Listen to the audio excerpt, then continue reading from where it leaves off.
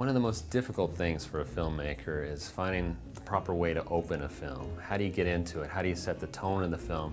What information do you tell the audience that's going to grab them up front and hold them through, and also say enough about your character and this new world that you're inviting the audience to see? For Mulan, we tried several different openings. We tried things with Mulan and her own fantasy of what she wanted her life to be.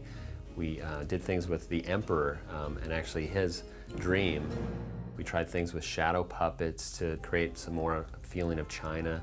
All these things that we thought would be a nice solution, they always go away because you start to find what the true solution is.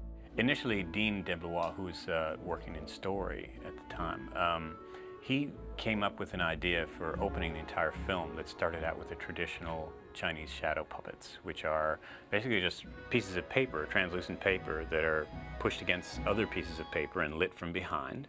And different historical tales are told, or different fables are told this way. We wanted something that was going to ease you in as an audience into our time and into our place, and set you up for something that was both beautiful and nostalgic and a little magical. And I think in our research we discovered that shadow puppets had this beautiful visual appeal. And it was a way of not only communicating heritage and old legends and stories for children, but also for adults. It was enjoyed by everyone.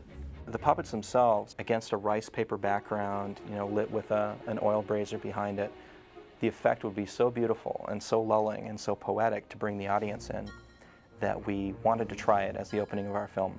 And the story that's being told is actually the history of this Great Wall. Just for people, members of the audience, that might not know why it was built.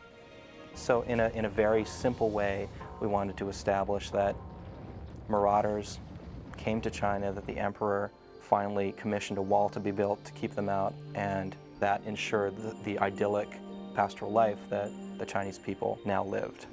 And so we proceeded to do a complete test of 3 scenes in full color, just to try it out. And then just a little after we had finished the test, Barry Cook, the director, came to us and said, "Show of hands, please. Tell me who's working on the puppet show."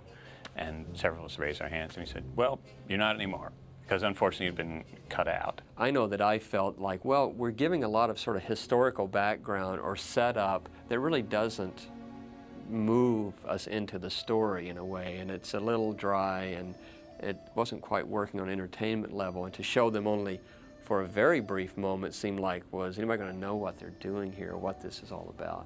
The hardest thing to do is actually fall in love with the animation now of the shadow puppets and realize that it's not the appropriate way to go with the opening. We wanted to show the world at large. What is the problem for China and the emperor? And it's the Shan Yu. Who is this imposing character? Why does he want to kill the emperor? And how is this going to affect our one little character, Mulan?